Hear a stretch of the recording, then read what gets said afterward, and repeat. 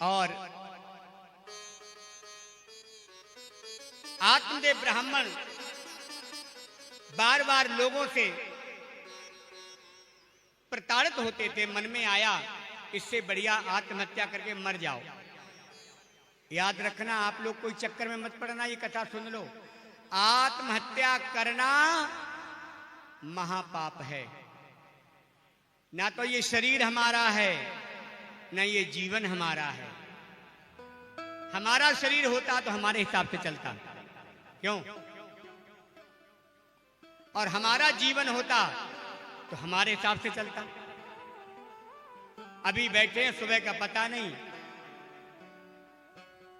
ये सब भगवान के संकल्प से सिद्ध होता है। भैया, हमें तो जो जीवन मिला है, जीवन काय पर टिका है? संपत्ति पर, कोठी भवन पर, आपके व्यवहार पर, आपके व्यापार पर। बोले बस यही भूल है। जीवन काय पर टिका है? श्वास पर। और एक बात आज और बढ़िया बताते हैं आपको। हर व्यक्ति को 120 वर्ष के हिसाब से श्वास मिलती हैं।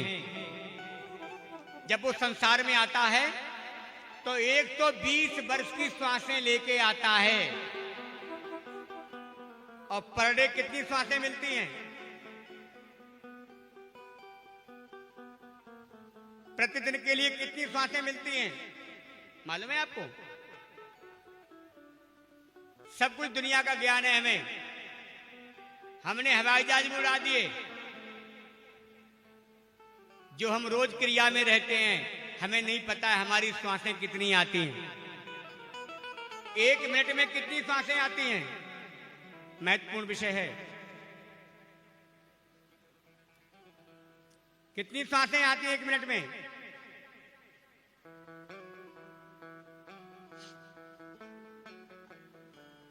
अब ये बात महत्वपूर्ण है या नहीं? जिस श्वास पर हमारा जीवन टिका है, उस श्वास के बारे में हमें ज्ञान नहीं है और हम कहते हैं हम ज्ञानी हो गए।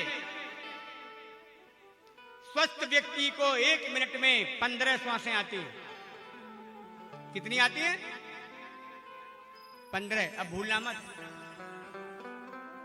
अगर व्यक्ति स्वस्थ है और बैठा हुआ है, 15 श्वासें आएंगे 1 मिनट में। वही सो जाए तो वही श्वासें 24 हो जाती हैं।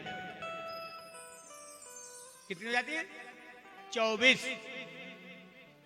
और वही भोग करे वो श्वासें 72 हो जाती हैं।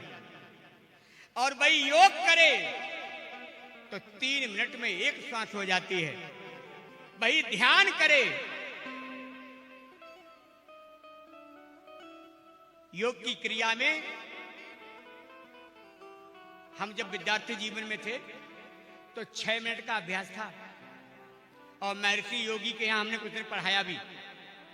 उनके यहां सबसे पहला योग था कि आप गद्दे से कम 1 फीट ऊपर हो जाते थे।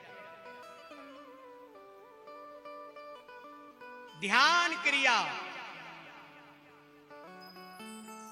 हमारे दरोगा जी तो बहुत बड़े योगी हैं और ये सब महत्वपूर्ण बातें क्यों बताई जा रही हैं? आज की कथाओं में ये सब गायब हो गए। ये चीजें पता ही नहीं है। भैया, एक एक श्वास को संभालने के लिए हमें सत्संग मिलता है।